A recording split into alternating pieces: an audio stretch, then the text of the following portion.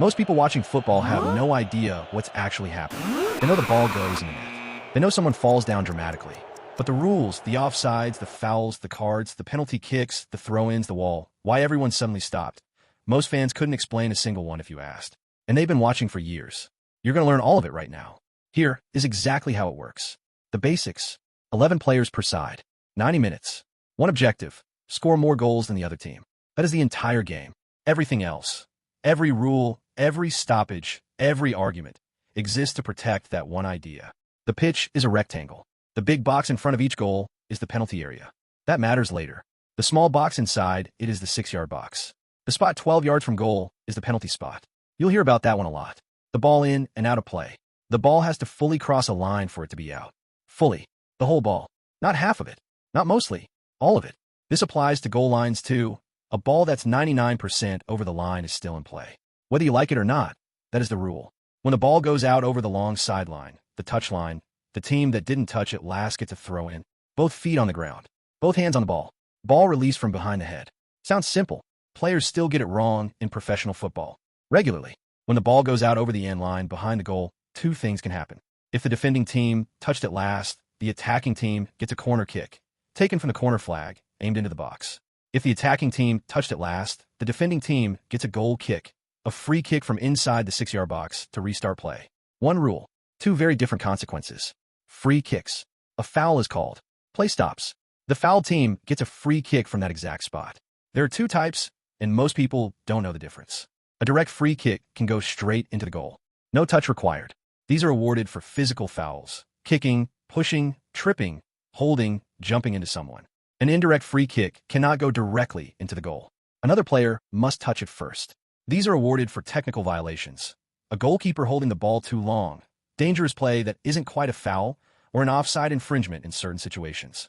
The defending team is allowed to form a wall, a line of players standing exactly 10 yards from the ball. They get to block. They get to jump. They are not allowed to move early. They do anyway. The referee usually pretends not to notice.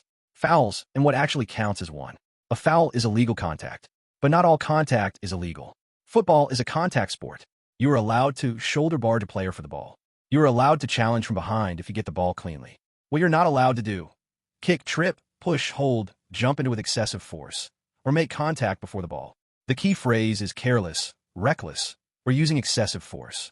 Careless gets a free kick. Reckless gets a yellow card. Excessive force gets a red card. Those three words are doing a lot of work in that rulebook. There's also handball. If the ball strikes a player's hand or arm and it is in an unnatural position, meaning they made themselves bigger, extended their arm, that is a foul. If their arm is tucked naturally by their side and the ball hits it, it is usually not. This distinction has caused more arguments in football than almost anything else. Commentators disagree. Pundits disagree. Referees disagree with other referees. Yellow and red cards. The referee shows a yellow card as a formal warning. It goes on the official record.